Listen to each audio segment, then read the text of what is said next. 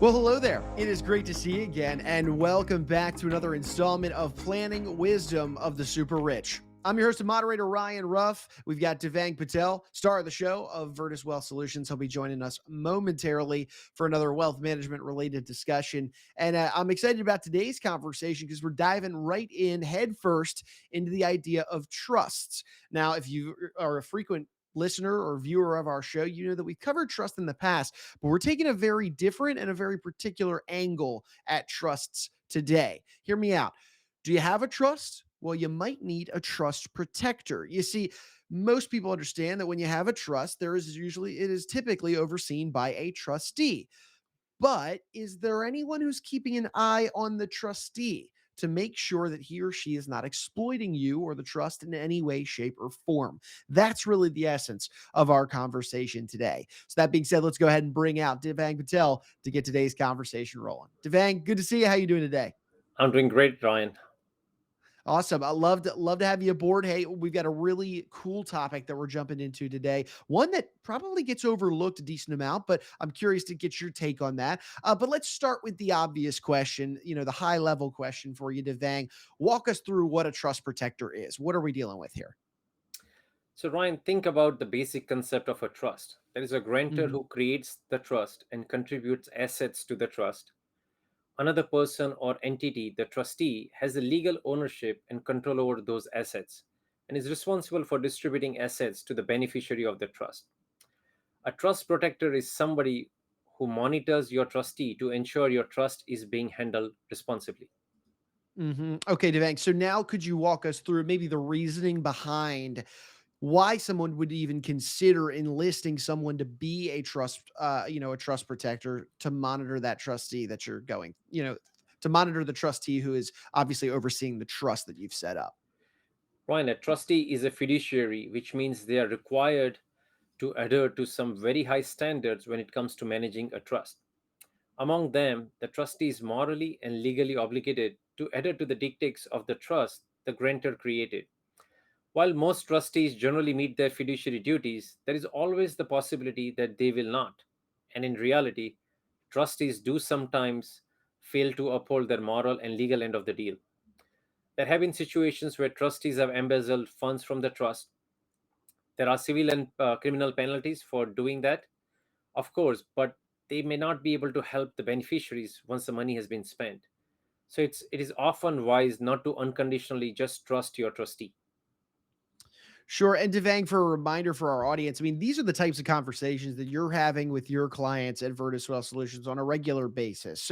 And in having some of these conversations with clients, Devang, do you find that grantors or their families realize that this is even something they need to be on guard for this?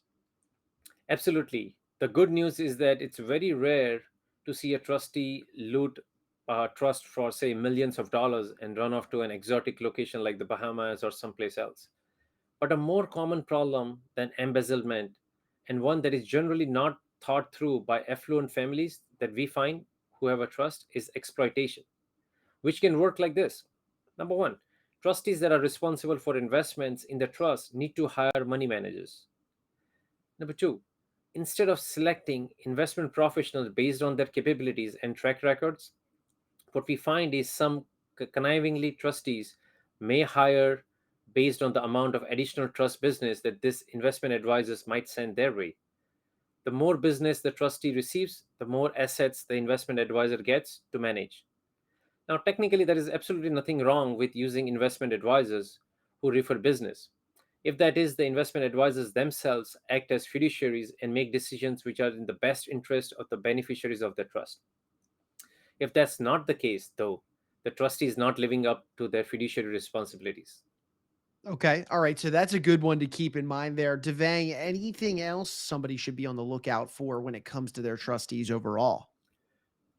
Another example that we have seen is that the trustee can also legitimately generate fees that the trust then reimburses back to them. A trustee, for example, could create or encourage conflict between multiple beneficiaries of a trust, which results in litigation that will drain the trust while enriching lawyers. This is nefarious but not necessarily illegal course of action. And keep in mind, Ryan, that the risk posed by trustees aren't limited to criminal or immoral acts. For example, trustees can get wrapped up in their own problems that cause them to fail or be good fiduciaries. One thing that recently came up during pandemic is a trustee developed a drinking problem, actually a serious drinking problem, and ended up making bad decisions about the trust. So although the trustee was not being malicious in that case, he or she isn't fulfilling the responsibilities and duties of the job. Sure. All right. So, Devang, given these different levels of exposure and reasoning behind why somebody should be keeping an eye on their trustee, let's get into how the trust protector does their job. Walk us through how a trust protector really does monitor a trustee to ensure that they are, consistently acting as a true fiduciary. A reputable trust protector, Ryan, will periodically look over the shoulders of the trustee, reviewing Hmm. recent developments and actions taken, as well as the performance of the investment advisors managing the assets.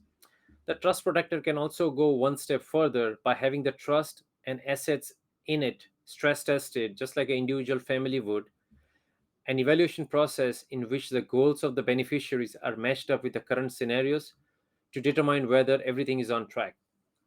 One thing we found was the parents had done a trust for one of our clients and left money around like 45 years back. Now, my client is in the 80s, but the trust only gives them limited amount of money, even though they can use a lot more because they don't have as many fruitful years remaining. But the trustee had never taken that into mind. So the trust protector would be able to look in those scenarios. Sometimes the trust protector is also made responsible for arranging for the stress test. At other Hmm. times, different professionals are used and the results are provided to the trust protectors.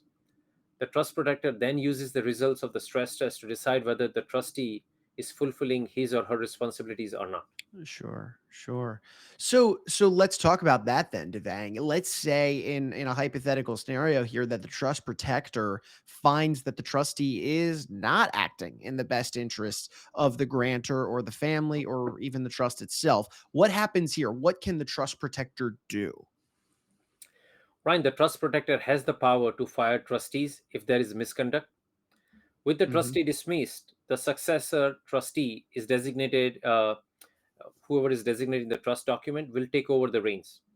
If no successor trustee has been named, the trust protector can be given the authority to appoint a new trustee. Good to know. Okay, so then if I'm thinking about hiring a trust protector, I mean, obviously, our conversation here today has shed a lot of light on this issue and just the reasoning behind why somebody should even look into a trust protector in the first place. Devang, let's say that I'm thinking about hiring one. Where do I even begin to look to start this process? Technically, Ryan, a trust protector can be anyone. The key is to Okay. choose someone whose judgment you trust and who has a good understanding of your goals and preferences when it comes to the assets that you have in your trust. For those reasons, many people name their lawyer, their accountant, or a family member, or in that case, a close friend, to be the trust protector. Okay, that makes sense to me, Devang. And all right, so we've gone through a lot here so far. We've talked about the idea of really the role of a trustee, what they do, and then the various ways that a trustee could act, nefariously or maliciously, and what really the reasoning behind why a trust protector is important to consider in the first place. Of course, you just listed, who might be, where to look, who might be considered for this role. Devang, I think it would be beneficial as we kind of bring our conversation to a head here, if you could kind of just bottom line it for us and give our audience really just think something to expect as well as to not expect from their trust protector overall. What do you have for us on this front? Thanks, Ryan. While the trustee is responsible for following the terms of the trust document, the trust protector's role, Ryan, is quite limited. He or she is responsible only for monitoring and, if necessary, firing the trustee. Very importantly, the trust protector should never have the option of becoming the trustee. The only additional powers, Ryan, that we find the trust protector might have include arranging for a stress testing of the trust, including evaluating the management of the assets, or choosing the successor trustee.